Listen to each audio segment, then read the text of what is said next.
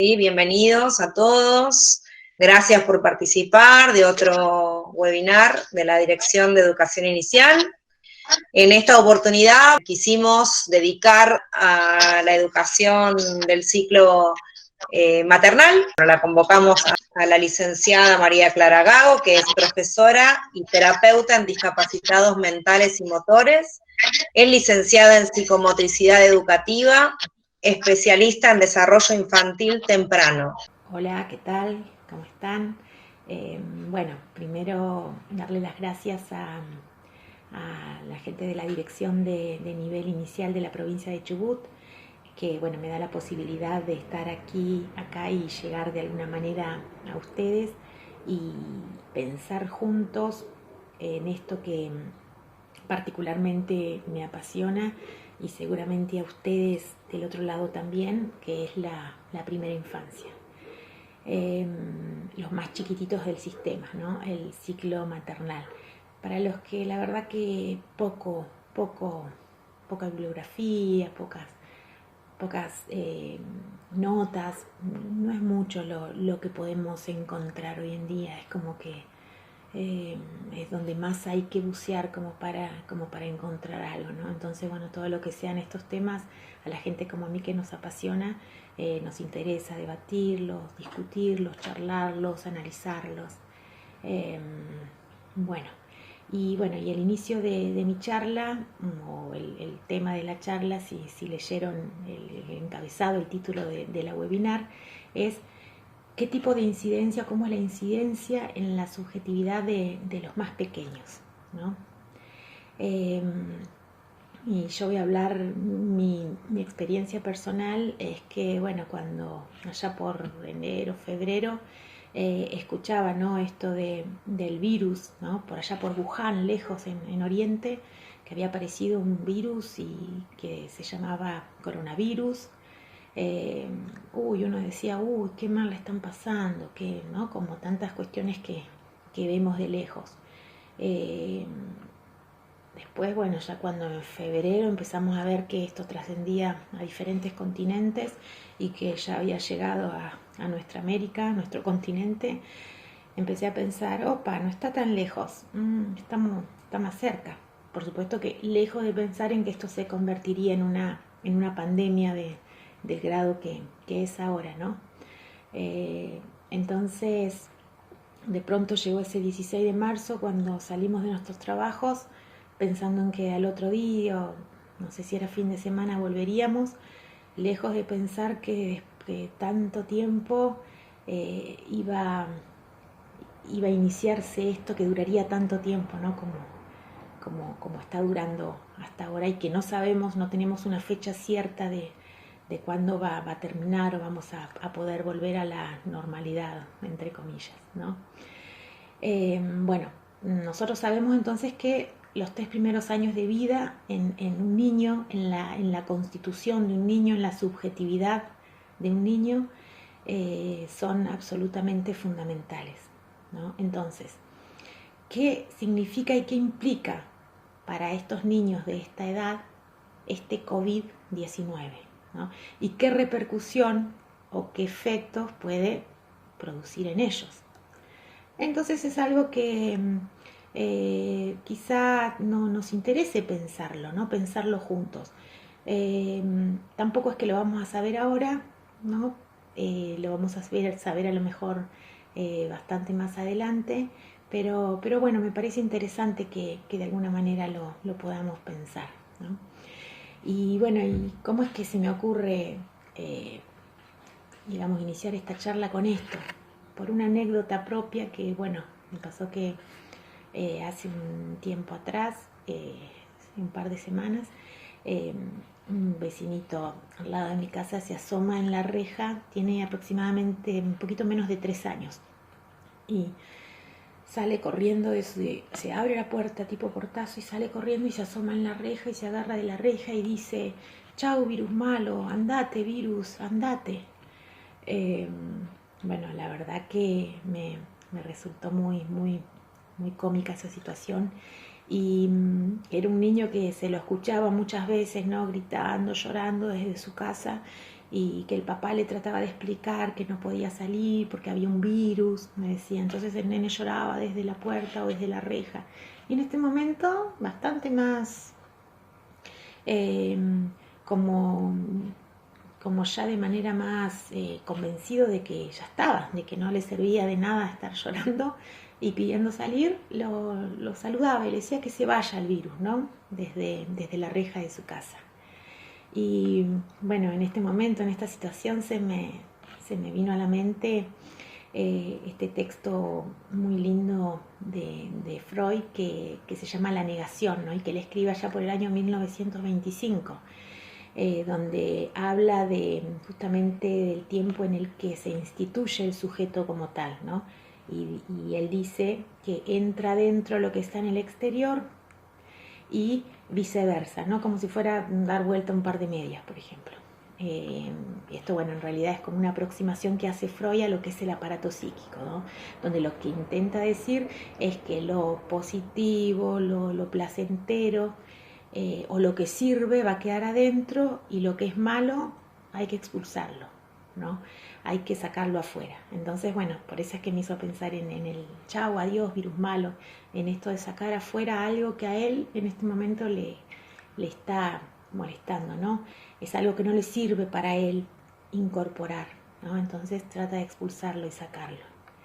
Y pensaba, ¿no? Con que poquitas palabras un niño tan pequeño de poquito más de cerca de 3 años debe tener, puede contarnos, expresarnos, ¿no? La vivencia de angustia que tiene en ese momento por este virus y por el cual él no puede salir, ¿no? Y también entonces ahí me hizo pensar en esta sorpresa que yo sentí cuando llegó este virus finalmente a nuestro país, a nuestra provincia, a nuestra ciudad. Y eso que yo había visto allá por enero, febrero, había leído las noticias donde anticipaban, anunciaban que había un virus y que producía determinados síntomas y que había gente que se estaba muriendo. Sin embargo, a mí me tomó realmente por sorpresa cuando ese 16 de marzo nos dijeron que no se podía salir de las casas y empezamos con esta cuarentena. Entonces pensaba que tanto más, que mucho más de sorpresa puede haberlo tomado a este niño pequeño que ni siquiera tiene la capacidad o la posibilidad de anticipar en lo más mínimo esto que iba a pasar. Entonces, para un niño pequeño, de pronto las fronteras se cerraron, ¿no? Y las fronteras para él, ¿qué son? La puerta de su casa, las ventanas, la reja, ¿no? Ese es su mundo. Su mundo, el mundo de afuera, de golpe se cerró. Quedó el mundo de adentro, por supuesto, pero lo que es afuera quedó en un momento cerrado. Y el afuera es la casa de la abuela, la casa de la tía, en algunos casos la casa del papá, ¿sí? Porque algo que es malo, que él no entiende muy bien, pero algo malo anda por ahí que él no puede salir de su casa, ¿no? Y en un niño tan pequeño, en un niño de esa edad, a esa edad, ¿no? A los 2 años, la temporalidad está muy, muy marcada justamente con los espacios. Entonces el nene sabe que si está, por ejemplo, en el balcón de la casa es para mirar para alrededor, que si está en la reja es para mirar para afuera, ¿no? Si está en la cunita es para dormir, ¿sí? Que la puerta de la casa es para salir a jugar, para ir al parque, para ir a la casa de la abuela, para ir al jardín, ¿no? Entonces de pronto ya no se puede ir a jugar, ya no se puede salir, ya no se puede más ir al jardín. Por supuesto que tratamos los adultos de explicarle, pero poco es lo que él puede llegar a entender de esto. Y por supuesto que esto en la gran mayoría de los casos produce una ansiedad, ¿no? Entonces me surge pensar que esto no va a ser sin efectos en la subjetividad de muchos niños. Al mismo tiempo este niño también está contento, está feliz porque de golpe tiene en su casa a la mamá y al papá que antes poco los veía o que no los veía todo el tiempo, hoy los tiene a su disposición, ¿no? Pero también estos papás no están, o muchos de estos papás no están del todo contentos, tranquilos, relajados, dispuestos para él, ¿sí? Muchas veces están con la preocupación de que no están pudiendo ir a trabajar, o preocupados a lo mejor por sus papás que son mayores y que no los están pudiendo ver, o bueno, un montón de causas sociales y económicas que pueden haber en un determinado hogar, ¿no? Entonces, este virus malo, malísimo, por otro lado, también lo ha acercado y lo hace que hoy esté en la casa esta con mamá y papá, en muchos de los casos, ¿no? Y por otro lado, estas personas esto que desaparece, ¿no? Que la abuela, la tía, hasta la maestra, ¿no? Pueden aparecer, ¿no? Puede recuperarlos por medio de la virtualidad, de pronto por una videollamada, ¿no? Entonces, este virus malo, malísimo, hizo desaparecer el cuerpo a cuerpo, la mirada, pero luego, gracias a la tecnología, puede luego aparecer en una videollamada, por ejemplo.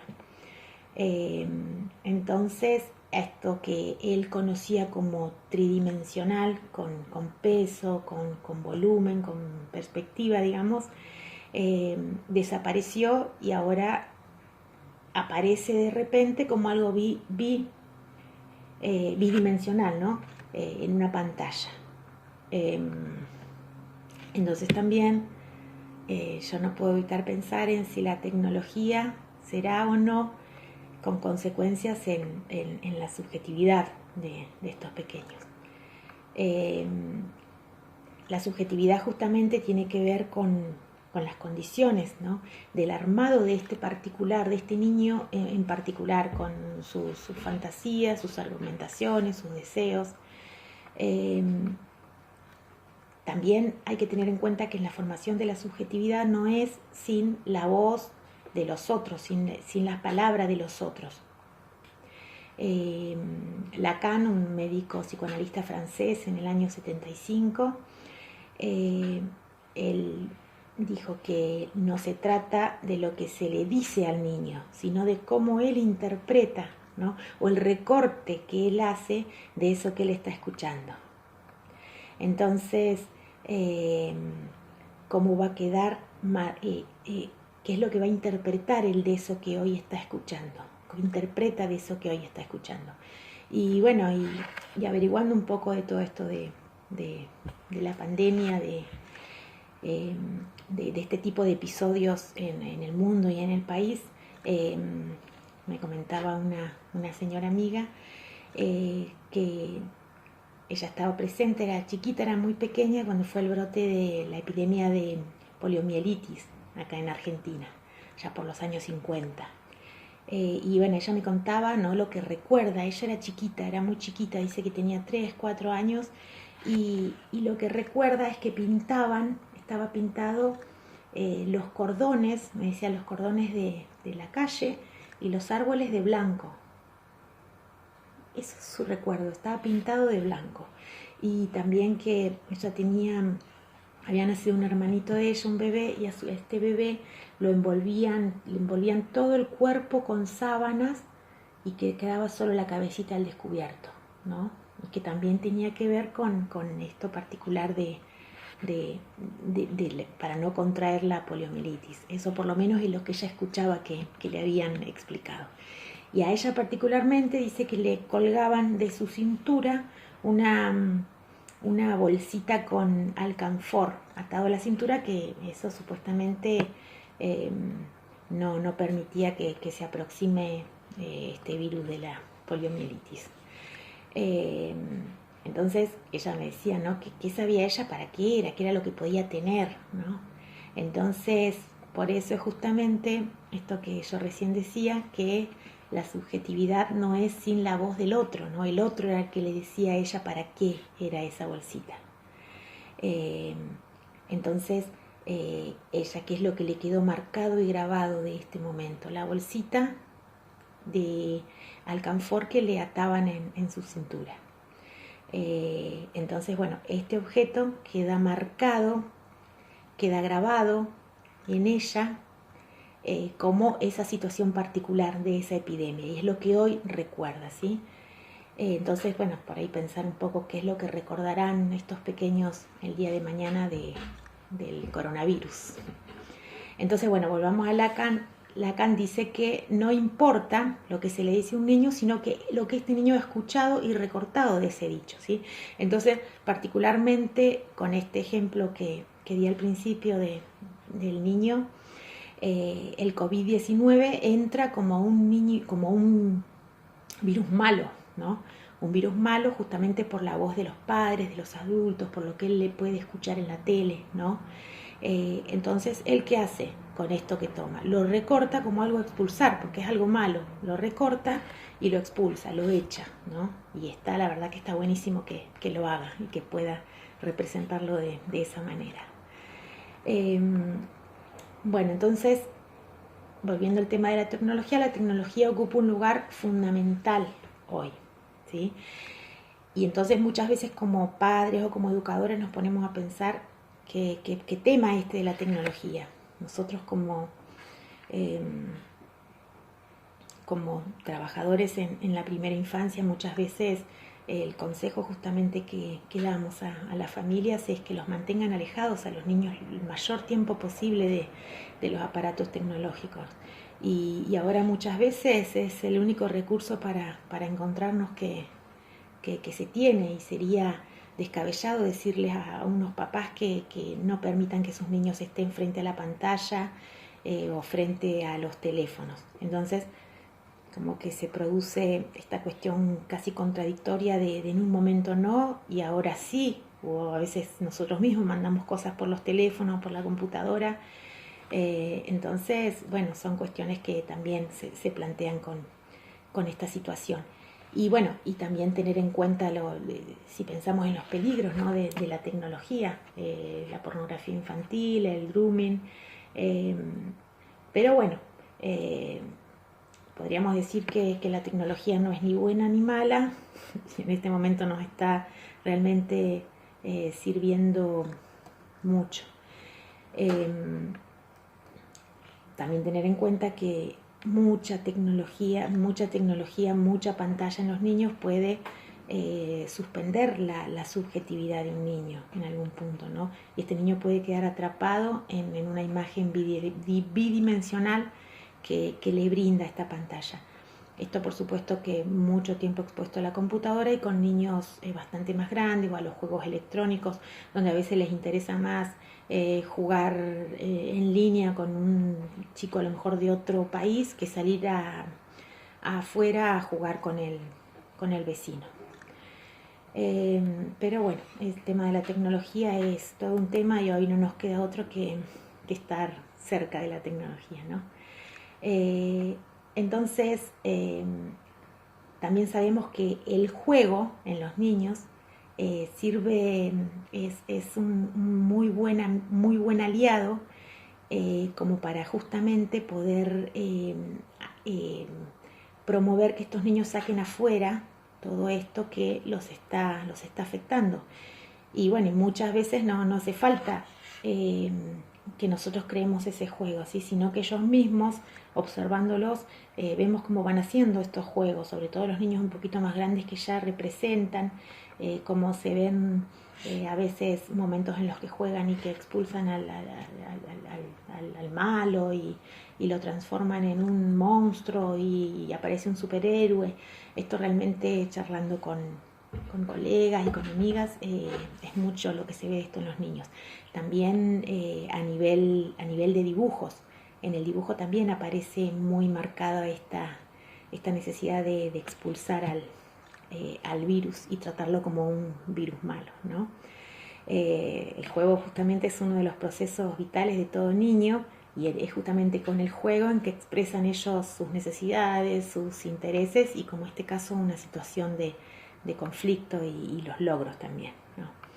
Entonces, también en el juego los niños van a utilizar los elementos de la realidad, lo que les está pasando, y lo van a tratar de transformar, y van a crear ellos mismos un universo que les es propio, ¿sí?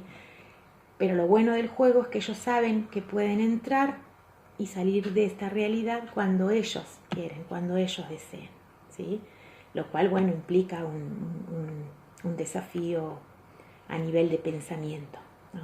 Entonces también es muy interesante, muy importante brindarles a estos niños estos espacios y dejarlos jugar, ¿sí?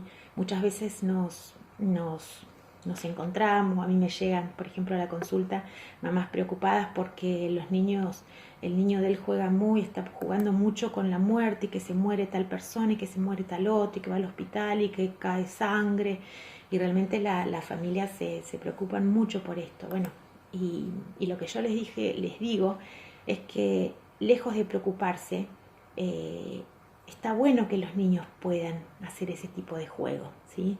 Porque justamente a través de este juego él está pudiendo intentar superar toda la angustia que le produce a él la muerte, ¿no? El sufrimiento, la desaparición de, por ejemplo, un ser querido, ¿sí? Y en este caso, este virus que llegó para tenernos a todos adentro y que mata gente. Entonces, está bueno que ellos puedan jugar a esto. Entonces, dejarlos que jueguen a esto. No tener miedo que jueguen a la muerte, al hospital, al enfermo. Los invito a que miren en Facebook alguna charla de Esteban Levin, ¿no? Que él tiene un artículo muy interesante que es un libro, ¿no? Y en Facebook aparece un artículo de ese libro que es Las infancias infectadas en tiempos de pandemia. La verdad que muy, muy interesante como él narra y él cuenta como con niños con dificultades que él tiene en su consulta, a través de videollamadas puede llegar a establecer un juego, él le llama un entre dos, ¿sí?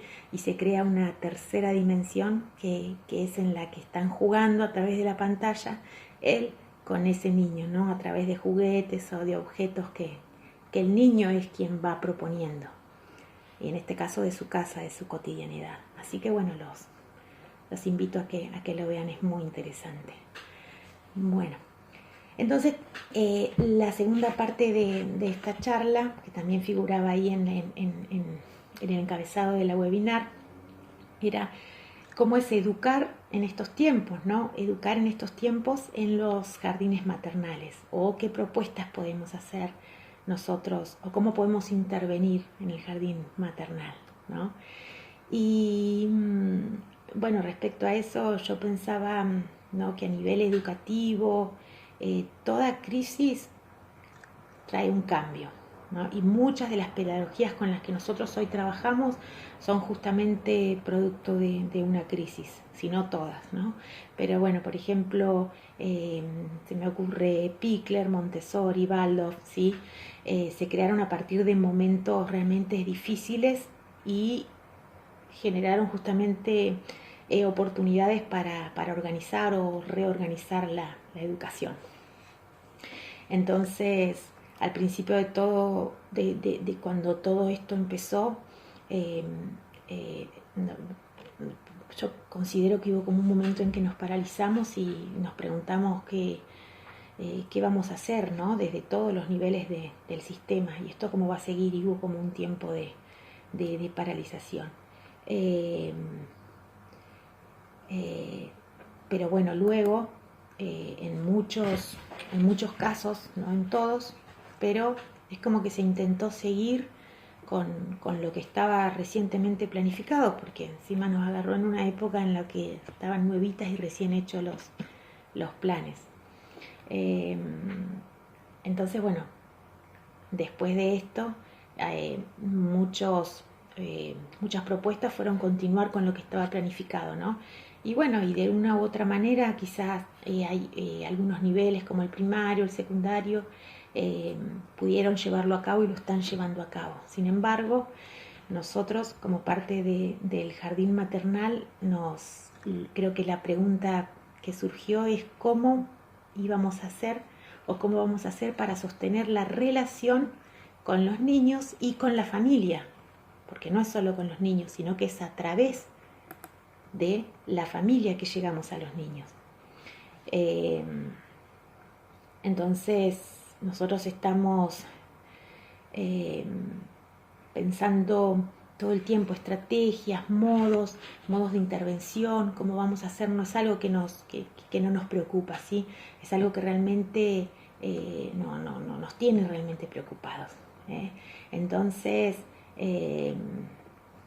seguramente ustedes, tanto como yo, les preocupará esto de saber cómo podemos llegar a nuestros niños, a los niños más pequeños.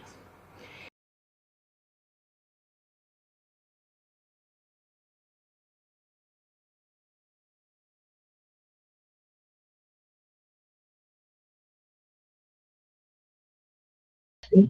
Entonces, ¿qué es lo que hago? Trato de ayudar a que la familia puede crear un ambiente favorecido.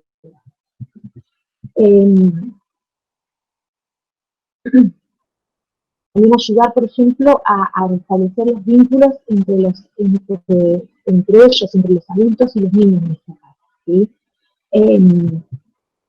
¿Cómo entonces una familia puede ser sostén emocional para el niño? ¿Sí? ¿Cómo podemos hacer desde nuestro rol, desde el rol docente para fomentar esto? Por ejemplo, podemos proponerles, ¿no?, generar espacios seguros para que los niños puedan jugar en casa. Porque bueno, por más que ahora puedan salir un poco más, puedan ir de visitar gente, puedan salir a la casa, como no van a ir a un jardín, la mayor parte del tiempo van a estar en la casa. Entonces, ¿cómo puedo hacer para generar espacios de juego dentro de la casa? ¿Sí? Con respecto a los cuidados cotidianos, ¿cómo son los cuidados cotidianos? ¿Cómo vivimos esos cuidados cotidianos? ¿Sí? Entonces, prestar atención a todos estos momentos de cuidado cotidiano que son, por ejemplo, cambiar el pañal, acompañar al niño al baño, si ya no usa pañales, a la hora de comer, vestirse, desvestirse, acompañarlo a dormir, cortar las uñas, ¿sí? En todos esos aspectos yo puedo intervenir, ¿sí? Por ejemplo, mandando algún mensajito, algún texto cortito, ¿sí? Y después viendo cómo lo integraron ellos a eso, ¿sí? Por supuesto no a modo evaluativo, pero no quedarme con que yo les brindé la estrategia, la información, como lo llaman. Entonces, estos momentos justamente de cuidados cotidianos son espacios para la relación íntima, para la atención plena el uno del otro, de este momento, que es un momento en realidad compartido, un momento de diálogo, de escucha, de cooperación, y ahí puedo contarles, puedo explicarles cómo es la manera que utilizo yo, que usamos en la salita para sacarle la campera, para ponerle la campera, para sacarle, ponerle el gorro, la bufanda, ¿sí? Que le hablo, le informo lo que voy a hacer con él, le pido permiso, lo anticipo. Entonces, por ahí esto que yo lo hacía en el jardín y que yo me daba cuenta que en la casa seguramente no era así el trato. Bueno, es el momento de ver y de intentar que sí sea el modo de dirigirse a los niños, que no es porque no quisieran hacerlo, por malo, es simplemente porque no lo conocen, ¿no? Porque no es la manera que ellos conocen de relacionarse con sus hijos, en algunos casos. Entonces, bueno, para eso estoy yo, y para eso es que puedo aprovechar estos momentos de un vínculo estrecho y absoluto con la familia, ¿sí? Hay que tener en cuenta que en estos momentos de cuidado cotidiano el niño va a integrar, ¿no? Integra la presencia y la atención del adulto.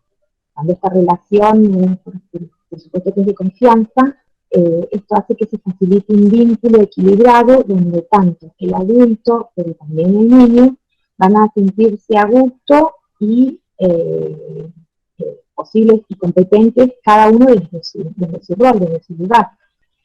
¿Sí? Entonces, ¿cómo nosotros a través de justamente estos cuidados se puede establecer el vínculo? Bueno, haciendo mostraciones, ¿no? Explicaciones, como les dije, pequeñas como anotaciones, ¿sí? mensajitos, a lo mejor videollamadas, como también otra propuesta puede ser cómo voy a generar espacios que hagan sentir seguros al niño dentro del hogar, ¿no? Y bueno, volvemos a esto de que hay capaz que realmente hay cosas que no hacen, pero porque nadie les enseñó nunca a hacerlo, ¿sí? Entonces hasta lo más básico que nosotros sí hacemos en la sala con los niños, podemos darle a ellos un tipo de consejo, porque no quiero llamarlo actividad, ¿sí? Pero bueno, le puedo mencionar. Por ejemplo, ¿no? Le preguntamos a un papá, bueno, ¿cómo bañas al bebé? ¿Cómo bañas al bebé?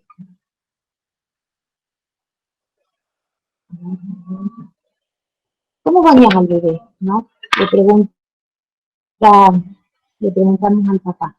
Y capaz que el papá nos dice, lo meto abajo de la ducha, punto, ¿no? Entonces, pero porque el papá está bien meterlo abajo de la ducha, punto, ¿no? Y está bien, y él se lo hacían así, y él lo hizo así con todos los nenes. Entonces nosotros podemos decir, bueno, ¿y a vos qué te parece si a este bebé, en lugar de meterlo en la ducha, conseguís, es la manera de conseguir, o tenés por ahí una palangana, eh, una eh, no sé, una bañadera, le pones agua. ¿Y cómo es el agua que le pones? Y el agua es fría, porque no teníamos agua caliente. Bueno, ¿y a vos qué te parece si calentás el agua un poquito? Entonces, eh, una vez calentito el agua, le pones en esta palangana, en esta, bueno. Y si le das la esponja a él, si le das el jabón a él, a ver qué hace. Ah, no, porque yo lo banco, si no tira agua, bueno, pero probá, fíjate, le das la esponja, le das el jabón, a ver qué hace. Entonces, bueno, ¿no? Y esto que a lo mejor para nosotros es tan obvio, ¿no? Para ellos resulta ser algo nuevo y puede cambiar todo de ser un momento a lo mejor tenso, para el niño puede pasar a ser un momento totalmente placentero, ¿no? Un baño cálido y aparte un momento también para fomentar su autonomía, si aparte le doy la esponja y propongo o le dejo ver qué hace él con eso, cómo empieza a bañarse. Eh, a lo mejor también me sugiero cómo puede él ir mencionando las partes de su cuerpo, del cuerpo del nene, estar atento a ese momento, ¿sí? Bueno, entonces también los papás nos plantean esto de qué hago con el niño en la casa todo el día y que ya no hay,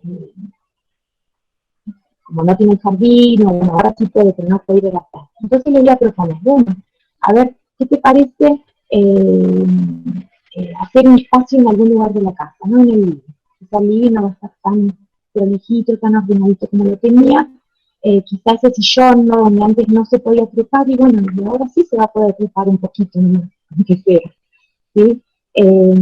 Pero bueno, quizás esta sea, digamos, la manera de crear algún espacio dentro de la casa como para que este niño pueda jugar. Y, y espacio, por supuesto, que tengamos todas las cuestiones de peligro cuidadas, ¿no? Que no tengamos que estarle diciendo, no toques acá, no metas el dedo en el enchufe, no, ¿sí?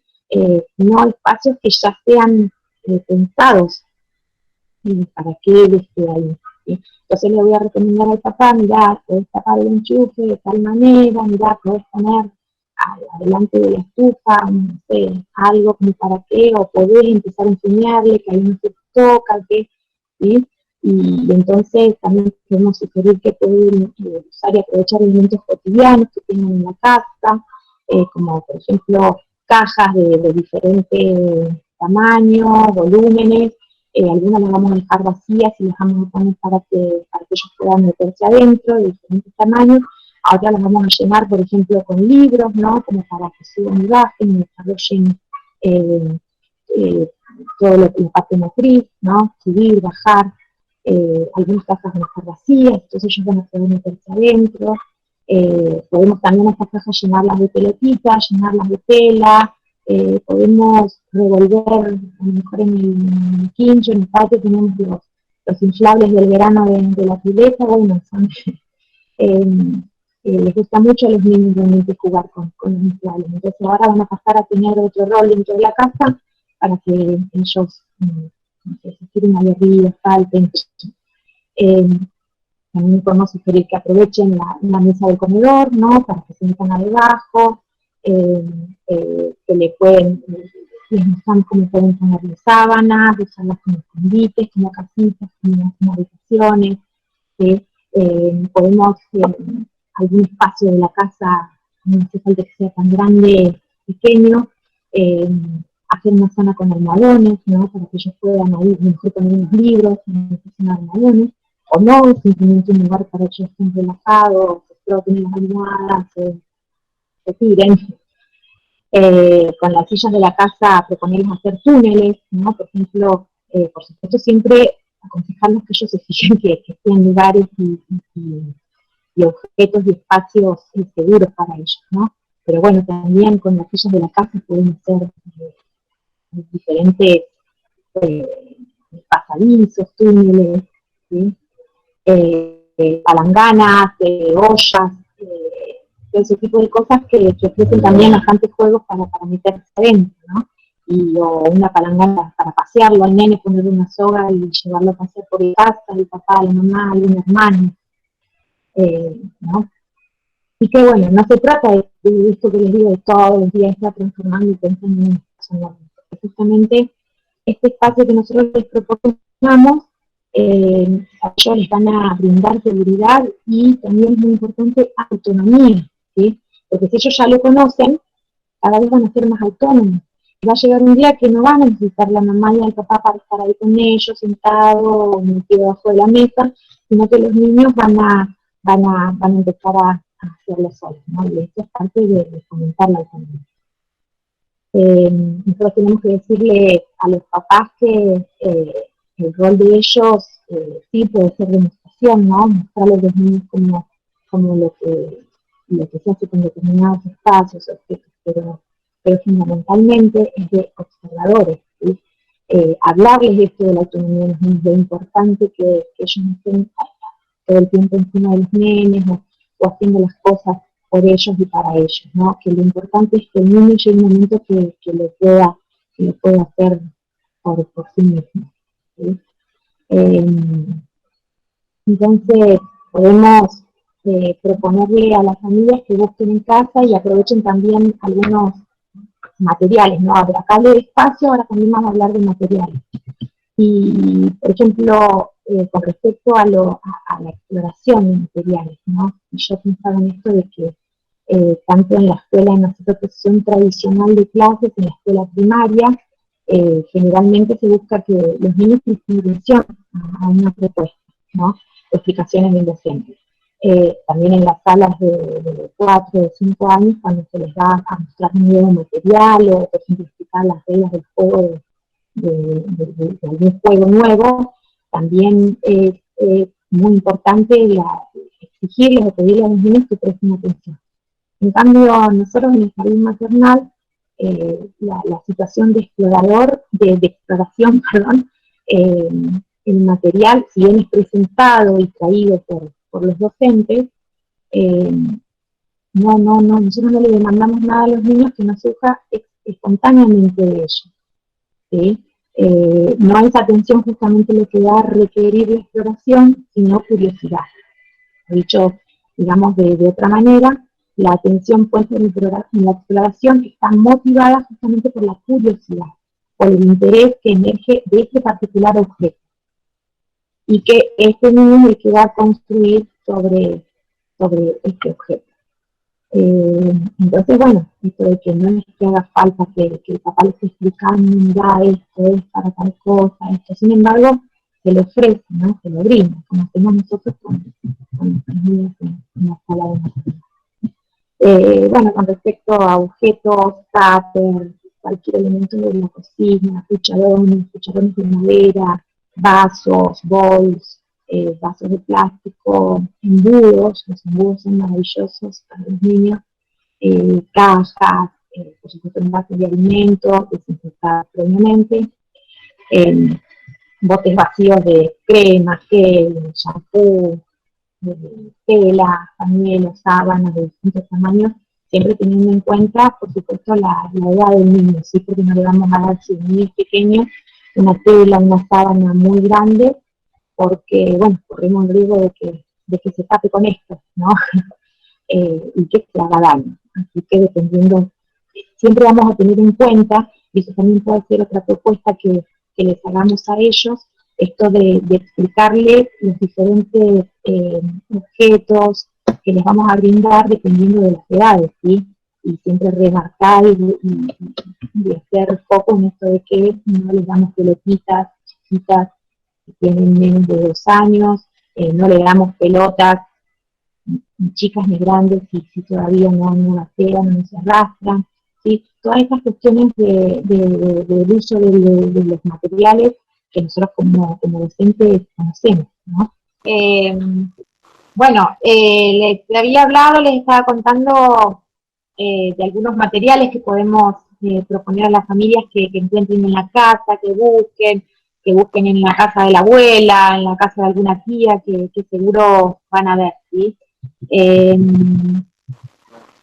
Bueno, como dice ahí, como dijo Gaby, después podemos subir, puedo dejar un videíto de mandarle a ella, o tal vez algún documento, ¿no? Puede ser también un documento escrito, donde, bueno, aparezcan estas y otras propuestas de trabajo, ¿sí?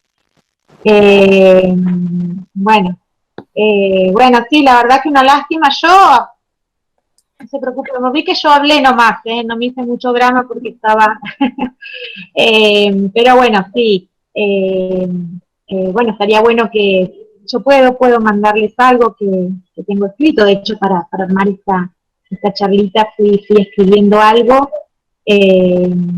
bueno, nada, agradecerles y bueno, y como les digo, siempre les digo a las chicas, ¿no? Cuando me piden que haga algo para el grupo de maternal, digo, por lo menos las que conozco, unas genias como trabajan. ¿Y qué les voy a dar yo de sugerencias o recomendaciones? Muchas veces las escucho a ellas que tienen cosas realmente maravillosas para ofrecer. Y ver el respeto con el que atienden a cada uno de sus niños en la sala, me hace poder sentir y pensar en cómo la deben estar pasando hoy sin poder verlos, ¿no? Y tratando de ver esta manera que puede resultar tan fría de llegar a ellos a través de una actividad, de algo a través de un celular o de una computadora, ¿sí? Bueno, no sé si tienen alguna pregunta. Pregunta, a ver, que acá acabo de leer una pregunta, dice, no pregunta, sino como idea, la importancia de la predisposición de las familias para acompañarte en este proceso.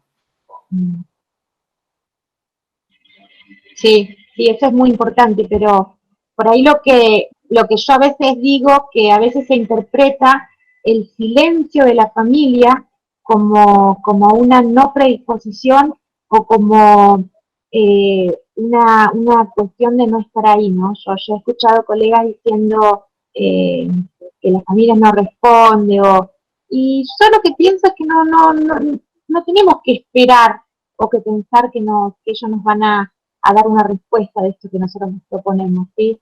Pero nosotros igual tenemos que pensarlos, ¿sí? Igual tenemos que hacer la propuesta, que mandar la charla, que hacer, para mí es muy importante una videollamada, una llamada, no esperar justamente la respuesta de los padres. La respuesta de los padres va a llegar como todo. Esto es un proceso, ¿sí? Así como yo al principio me adelanté hablando de las consecuencias de la subjetividad, que en realidad nadie la sabe, porque es a futuro.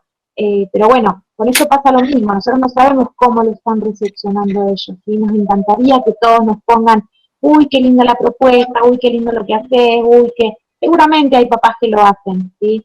pero a lo mejor otros papás no lo hacen, lo que no quiere decir que no lo están tomando, ¿sí? Así que bueno, nada, paciencia, seguir como van, porque por lo menos las que conozco van trabajando realmente muy, muy lindo. Yo siempre lo que digo es que la propuesta no sea con una solicitud o con un pedido de devolución, ¿sí? Y yo mando, por ejemplo, les sugiero que tomen repertorio, canciones que las mamás o papás hayan cantado cuando eran chiquitos, ¿no? Por ejemplo. Yo hago eso y le pido que después graben un videíto y me lo manden. No puedo pedir, puede haber familia que le encante y lo haga, pero hay familias que van a recuperar las canciones de su infancia, van a indagar en la familia, pero sin embargo no van a hacer esto de subir el videíto, ¿sí? No les interesa hacerlo, no quieren hacerlo, ¿sí? Igual que otra cosa que también he visto mucho, esto de tener cuidado con respecto a algunas sugerencias de actividades, ¿no? Y que se pide después subir una foto. El modo en el que se pide, ¿sí? Si algún papá tiene ganas, si desea, si el nene quiere, porque le tienen que pedir el permiso. Yo he visto situaciones de violencia hacia los niños en esto de sacate la foto y el nene no quiere sacarte. Lo mejor, la mayoría de los niños les encanta la foto, pero a lo mejor hay niños que no, ¿no? Y en esto de, la señora me dijo que te tengo que sacar una foto, tenés que sacar una foto, ¿no? Pueden generarse situaciones. Entonces, yo siempre voy a tener cuidado en esto, ¿no? De decirles, pregunten si los nenes quieren, me mandan fotos si ustedes quieren, si tienen ganas. Hay gente, hay familia que les encanta mandar fotos de los nenes, hay niños que les encantan las fotos, hay familias que no, y nenes que no, ¿sí? Entonces, por eso está bueno en esta consigna que les doy, pedirles, ¿no? Digamos, ser explícita en esto, ¿no? Decirles solo si quieren y si tienen ganas, y el que quiere. La vez pasada me resultó muy significativa, digamos, una mamá me contó que la maestra de jardín le pidió que haga una corona, hagan una corona, y manden fotos. Entonces las mamás mandaban fotos con la corona. Y me dice, no sé qué hacer con mi nene porque no quiere hacer la corona. Entonces si la hice yo. Y no quiere ponerse acá, porque él me dice, yo no soy un rey. ¿Sí? Y esta mamá lo perseguía al nene con la foto para sacarle y subir su foto, que es su privacidad, es su imagen. Y él no quería porque él no era un rey. Ya la corona no la quería, se lo hizo la mamá. ¿Sí? Entonces, bueno, nada, estar atento a estas situaciones y el modo en que vamos a proponer la actividad.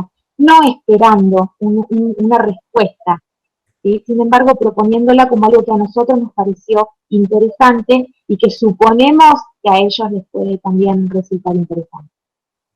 Bueno, ¿alguna más? No, por ahí algunas apreciaciones por ahí en cuanto a estos procesos, etcétera. Y bueno, algunos comentarios como cuidar a los niños ante todos. Y un poco, bueno, lo que iba apareciendo son estas cuestiones que tienen que ver con que también cuando vos ibas hablando de la participación o no de las familias, tiene que ver también con este proceso. Para muchos es como para nosotros también es algo nuevo. Y en estos 60 y pico de días que llevamos transitados vimos los cambios, porque de la resistencia pasamos a, bueno, me animo de a poquito, cuando vimos que llegábamos nos animamos un poquito más, cuando vimos la de al lado y la respuesta de la familia y la cara del nene y la reunión sincrónica, nos animamos un poco más. Con las familias pasa lo mismo. Sí, tal cual, tal cual.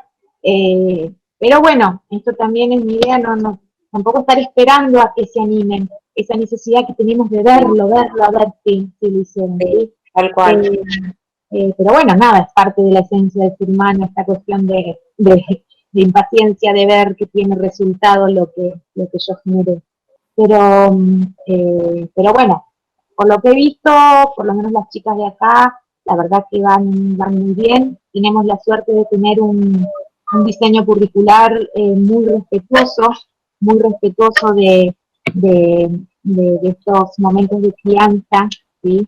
Y de la forma en la que vamos a llegar y que llegamos a los niños. todas propuestas muy respetuosas. Así que, bueno, si ellas están planificando y se están guiando por esto, seguramente en toda la provincia lo estarán haciendo maravillosamente. No, no caben dudas de eso, de que la verdad que es algo que charlamos también mucho. Yo por ahí no aclaré y estuve mal, pido disculpas, pero en el equipo somos 4 personas y estamos las 4 en este momento. Por más que por ahí la que esté hablando soy yo, están Laura, Patricia y Vanessa también participando, por eso somos muchas conectadas con la misma cuenta.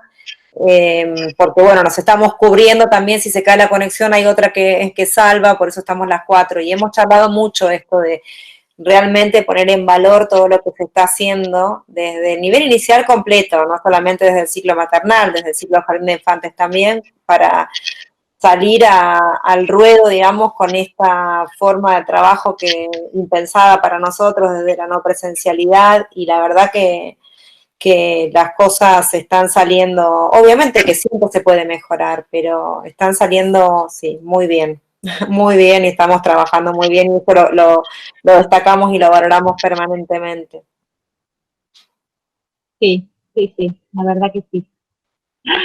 Bueno, les agradecemos. Clara, primero te agradezco a vos, ¿sí? Así que bueno, me quedo con algo que no me acuerdo si fue Karina o Andrea, que puso recién en el chat, que tener este tipo de intercambios también hace que uno no se sienta tan solo. Y la verdad que en nombre de mis compañeras yo les agradezco también que lo puedan expresar, porque un poco fue la intención que tuvimos cuando pensamos en estos espacios, en acompañarnos y en no sentirnos solos. Así que, Clara, muchas gracias por ser parte de este acompañamiento y de no sentirnos tan solos en este proceso tan particular para todos. Bueno, bueno. Bueno, muchísimas gracias, Gaby, a vos y a Vane por convocarme. Gracias a todos por participar y bueno, gracias. Nada, lamentamos los inconvenientes de la conexión, pero gracias. Bueno. Gracias a todos por participar. Chau, chau. Chao. Gracias.